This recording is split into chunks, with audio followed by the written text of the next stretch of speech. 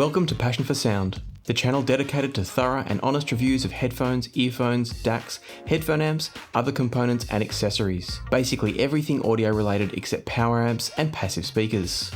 My name's Lachlan and my goal is to explore and discuss all kinds of audio topics, even the controversial ones, to help us all find more enjoyment from music. Thanks for watching and enjoy the video. Hey folks, welcome to another Passion for Sound audio review, and today a look at the Apos Caspian Headphone. This is a headphone that's come about with a collaboration between Apos as an audio retailer, Sandu from Sound News as a reviewer, headphone and audio enthusiast, and also Kenerton Audio as a headphone manufacturer. I'ma do it anyway, wanna beat up, want your bad love. I'ma let my hair down now, wanna get down to my favorite sound. I'ma let you in real close, I know I shouldn't do this right. I'ma do it anyway, I kinda wanna lock this down. Wanna beat up, want your bad love. Wanna beat up, want your bad love. Wanna beat up, want your bad love.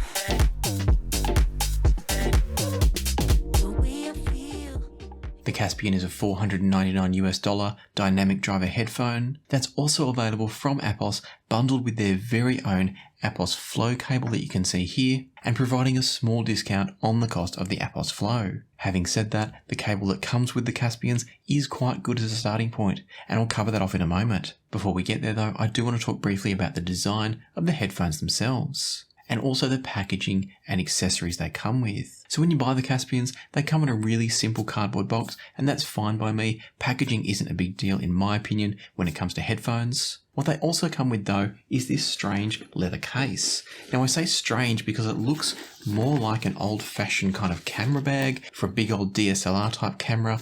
It really is a little bit cumbersome, and it's also soft, so I don't see it providing much protection for the headphones, and in my opinion it would have been better if they'd either left it out or come up with a hard case design if they thought it was necessary. Having said that, the Caspian is an open back headphone, so I don't really see a huge need for a portable case.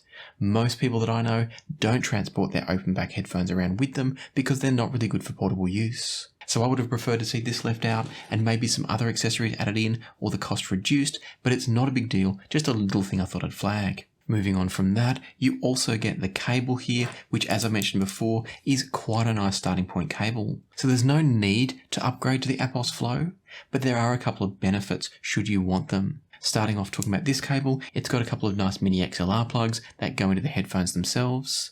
And then you've also got on the other end a nice solid 6.3mm connector. All the connectors feel really good, the Y split feels really solid as well.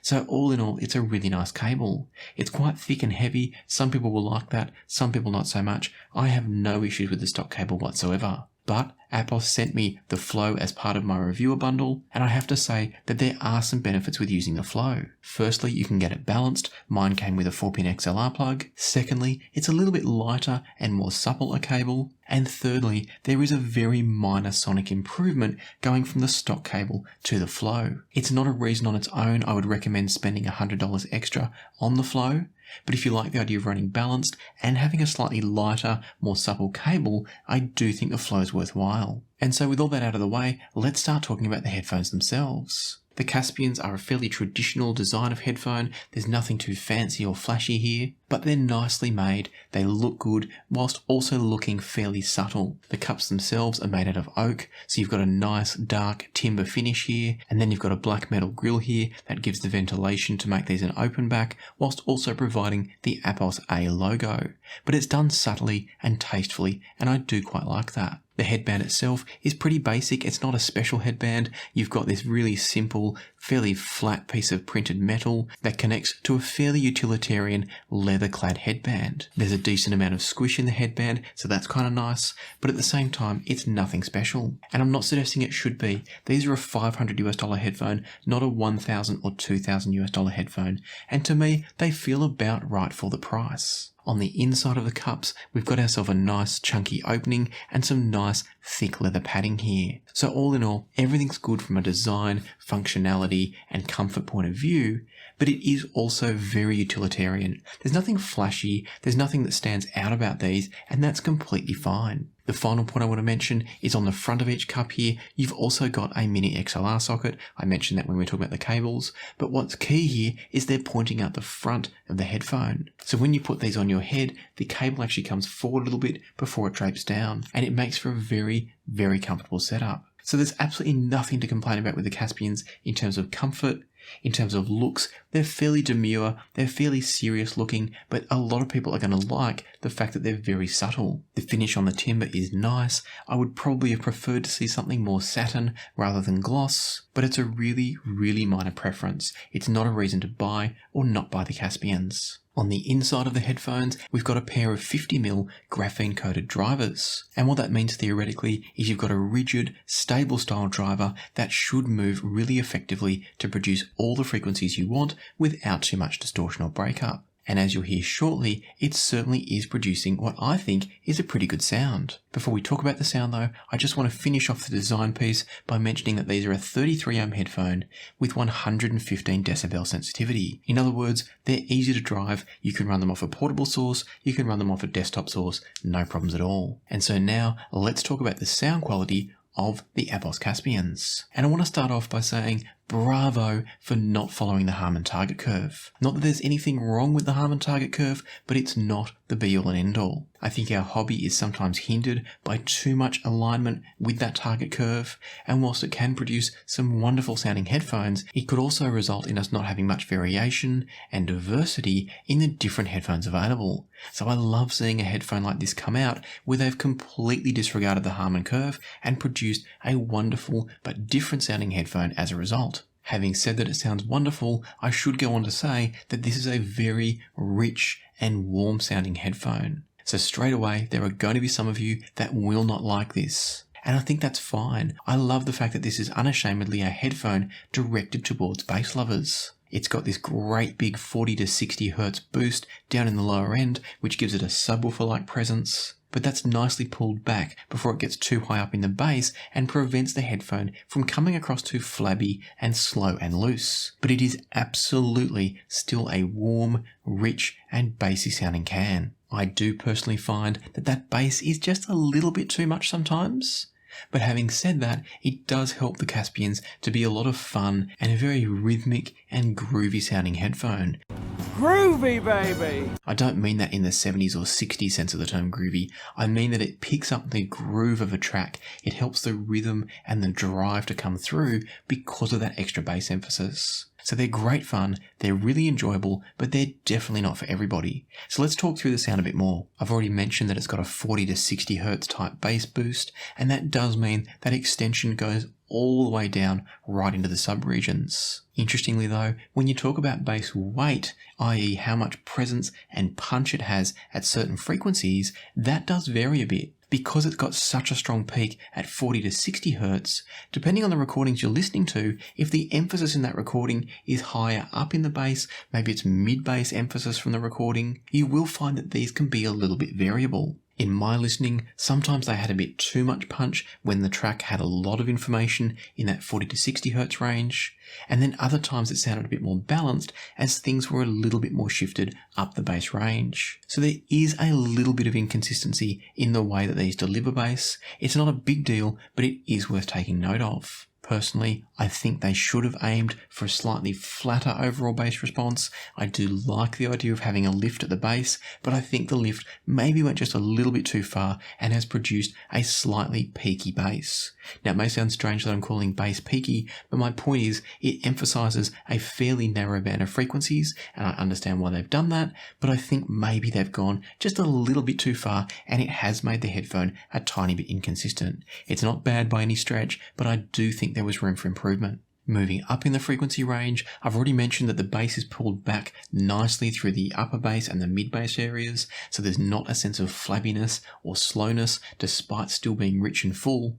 And as we move into the mid-range, that same trend continues on. Things are pretty well managed. Vocals come across with a great sense of weight and presence and richness to the vocals, but without going too far. The only thing I would say will be a negative for some people with the Caspians when we're talking about vocals and mid-range presentation is that they do lack a little bit of air in female vocals.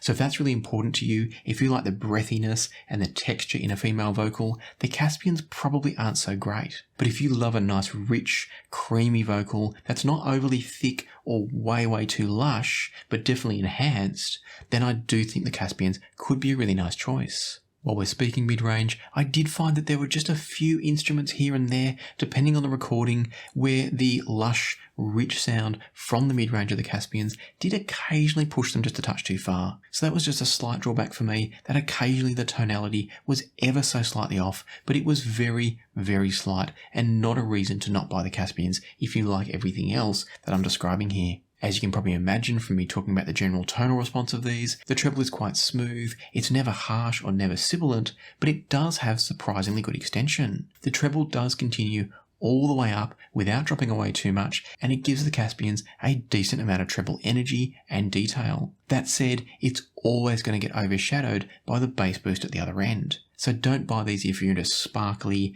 detailed treble, but at the same time, don't get turned off thinking they've got no treble just because they're a rich, warm headphone.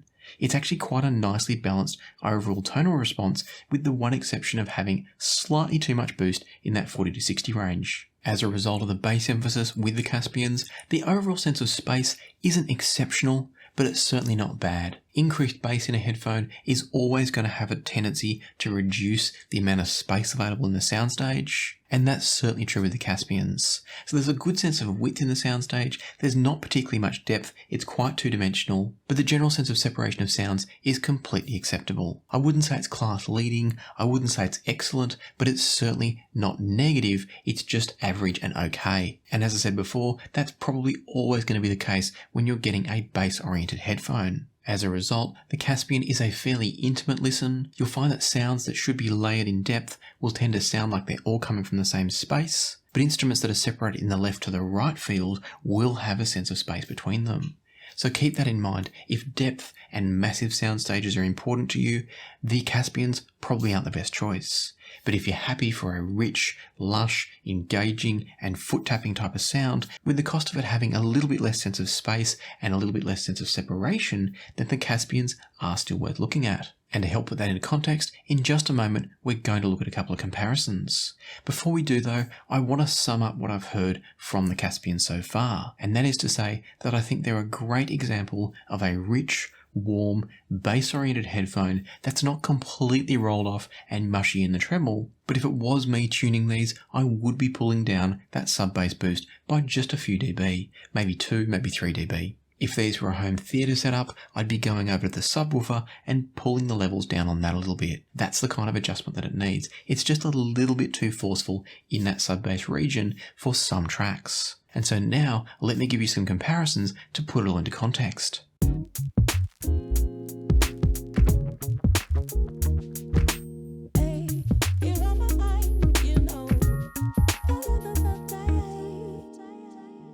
One of the first comparisons I wanted to do was with the Hi-Fiman Sundara. Now technically, the Hi-Fiman Sundara have a recommended list price of $499, making them exactly the same as the Caspian. Realistically, they often sold for much less than that, but I still thought they were a good comparison point because a lot of people know, understand, and love the Sundara. One of my test tracks while comparing the two was Doom and Gloom by the Rolling Stones. On this track, the Sundara's come across a lot drier in the upper mid-range. Things sound more textured, but also a little bit grainier because it is drier. I'm not saying if that's better or worse, it's just a different presentation. The Caspians are all about smoothness and creaminess, whereas the Sundaras are probably being a bit more revealing. As a result, it's easy to listen to the Caspians at higher volumes and really get into the groove of the music, as I've already mentioned. Groovy, baby! But some people will find themselves wanting more of the details that the Sundara can provide. Things like guitars definitely have more attack and sense of clarity from the Sundaras, so it's definitely a trade-off between whether you want the neutrality and the balance in the tonal signature of something like the Sundara, or whether you want the pure, foot-tapping, relaxed and easy fun of the Caspians. Now I say relaxed, they're not a particularly relaxing headphone to listen to, my point being when I say relaxed, that they're not forcing details at you. There is detail there, but they're not pushing it down your throat. Instead, the energy and the excitement of the Caspians is all coming from the bass. The other thing the Sundara does, because of its more balanced tonality, is it does provide a much better sense of space, both in terms of depth and width in the soundstage. Again, I'm not saying if that's better or worse, it's all going to depend on your preferences. While listening specifically to Doom and Gloom, one of the other things that I really noticed was the hi-hat sounds. From the Sundaras, the hi-hat was cleaner and more present in the overall mix. When I switched back to the Caspians, the hi-hat was pulled way back in the mix, and what was much more evident was the bass and the vocals. And I bring that up because it's a good summary of the difference between these two. The Caspian is all about bass, mid-range, vocals, richness, all those things, whereas the Sundara is a more balanced overall tonality and therefore is going to present more of the overall musical picture. Again, it's up to you which of these you prefer. I certainly find the Caspian a lot of fun, but I definitely don't find them natural or neutral at all. And another way I might describe it is the Caspians are a very macro experience. They're not really inviting you into the music so much as just letting you take in the entire musical performance in its most rhythmic sense. If you want to go more micro, you want to hear all the individual instruments and the textures and the sounds, that's where something like the Sundara is definitely the better choice. And so if I had to choose only one of these, the Caspian or the Sundara, I probably would choose the Sundara because I think it's a better all-around headphone. But if you're in the position where you can have two headphones, maybe one's a bit more reference and one is pure fun, the Caspian is absolutely a great option and could be a wonderful pairing for those of you with the Sundara. You can have the Sundara for its accuracy, its transparency, and also it being a planar, and then you can have a fun, easy to drive, dynamic driver headphone sitting alongside it for those times you just want to tap your foot. But before we wrap things up there, let's do one more comparison. And this time it's with the harmonic dyne Poseidon. Now I specifically chose the Poseidon because it's another rich and warm sounding headphone. That's also been marketed as having this amazing sub-bass presence, which as I covered in my review of that, it really doesn't. But I thought it was a good comparison to put the two side by side. And listening to both side by side, they are very different headphones, but they both have their own pros and cons. So let's start by talking about both headphones playing Lonely Stranger by Eric Clapton. Flipping back and forth between the two, the Poseidon actually came across sounding a bit boxy and nasal after I came from the Caspians. And the reason for that is that despite being heavily bass oriented, the Caspian is actually a better overall balanced sound signature. What I mean by that is it transitions fairly smoothly from the bass all the way down into the treble, whereas the Poseidon has more peaks and troughs within its signature. That results in an interesting and enjoyable sound in the case of the Poseidon, but certainly the Caspian does come across more balanced because it doesn't have as many peaks and troughs. On the flip side though, the Poseidon is able to create a greater sense of space by pushing the mid-range back a bit. The mid-range on the Caspians, as I've already talked about, is very emphasised because of its weight and its richness,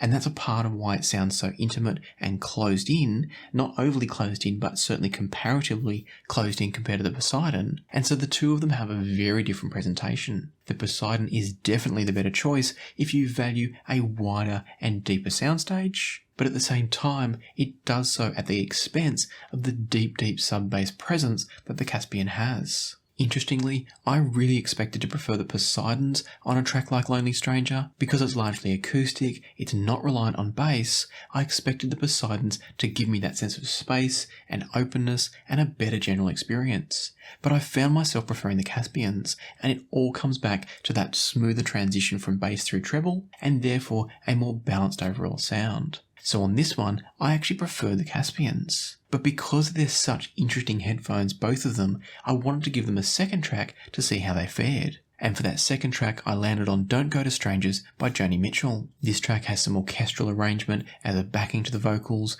and on the Poseidon, it's a much grander experience hearing that orchestral arrangement. The sense of clarity and space that comes from the Poseidons really helps to open up the orchestra and give you a better sense of scale and prevent it from all kind of sounding like one big sound coming at you. The same characteristics that made the Poseidon sound comparatively nasal and boxy on Lonely Stranger now help to bring a sense of texture and clarity to the vocals and the orchestra in Don't Go to Strangers. And it makes the Poseidon the more enjoyable headphone on this particular track. The Caspians are still very enjoyable on the track, and their emphasis on vocals makes it a really intimate and vocal-focused listening session, which can be a lot of fun, and I thoroughly enjoyed them, but I do feel like the Poseidons had the edge by being just a little bit more open and clear sounding. Where this all left me was that I feel like the Caspians would be absolutely stellar if they just pulled back the bass a little bit and maybe brought just a tiny bit of extra emphasis in the right pockets of the treble or the upper mids. That combination, and I'm talking really subtle tweaks here,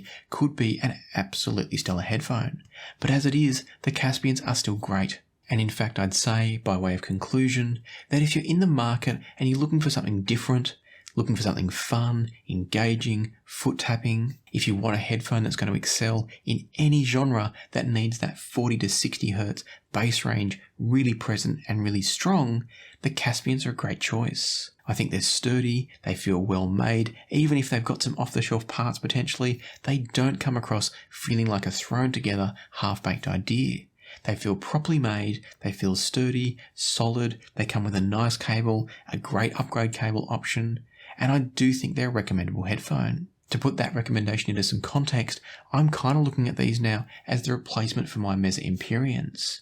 This is not to say for a second they're anywhere near the performance of the Empyreans, but they're giving me that fun factor that I do lack sometimes from the Mesa Elites and any other headphone in my collection. If I just want to put on a track and rock away to it, the Caspians are absolutely a headphone I'll be reaching for. And so if you're looking for a headphone that rocks, that grooves, Groovy, baby! whatever your term is, you want that bass thump, maybe you're into EDM, electronic, hip-hop, rap, anything that needs a really strong, chunky bass presentation, you should absolutely check out the Caspians. They're a really well-balanced example of a rich, warm headphone. The bass does go a bit too far sometimes, but that's really easy to tweak with a little bit of EQ if you're so inclined. I'm not sure specifically if Apos have any deals coming up for Black Friday. Obviously I'm releasing this just days before Black Friday, so do keep an eye out on the Apos website. And as always, I'll put a link down below where you can click through and buy the product in the review, in this case, the Apos Caspian. I hope you found the review useful. If you have, I'd love it if you'd subscribe and like the video and maybe consider sharing it on your favourite audio forum. But for now, I'll leave you to the music, so happy listening and I'll see you here next time on Passion for Sound.